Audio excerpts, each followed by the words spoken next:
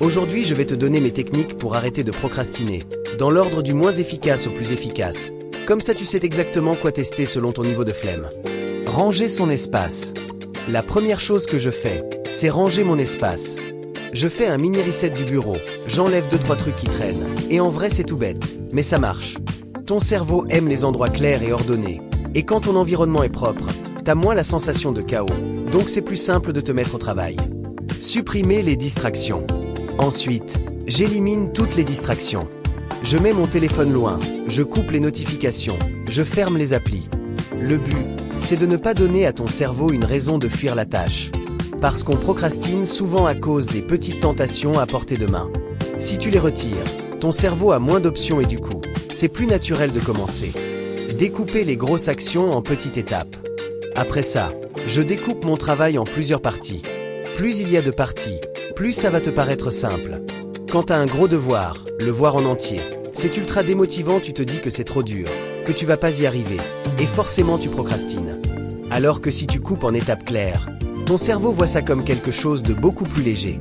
Et quand c'est plus léger, t'as beaucoup moins de résistance pour te lancer.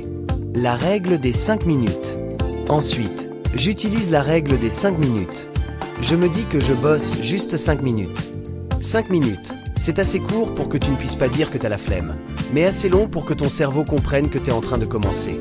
Et une fois que tu démarres, tu continues presque automatiquement, parce que ton cerveau n'aime pas s'arrêter au milieu d'un effort.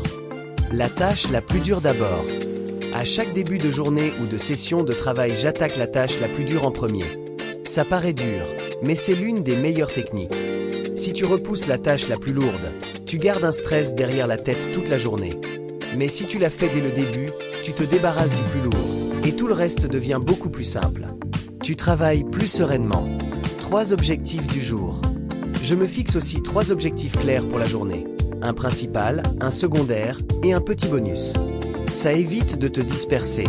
Quand tu sais exactement ce que tu dois faire, tu perds moins de temps à réfléchir, donc tu passes plus vite à l'action. La technique Pomodoro. Et ensuite, j'utilise un timer mais pas n'importe comment. Je fais des sessions de travail avec une vraie contrainte, sinon ça sert à rien. Par exemple, je prends 25 minutes de travail et 5 minutes de pause.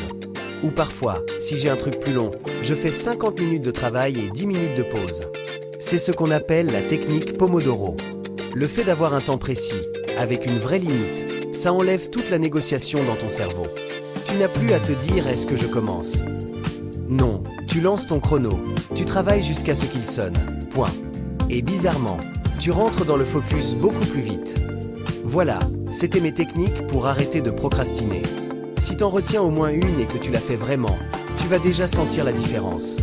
Le but c'est pas d'être parfait, c'est juste de commencer un petit peu plus vite chaque jour. Et si t'as une technique à toi ou un truc qui marche bien pour toi, tu peux me le dire en commentaire, ça peut aider d'autres personnes. Si la vidéo t'a aidé ou motivé, n'hésite pas à mettre un like, t'abonner et activer la cloche pour ne pas rater les prochaines.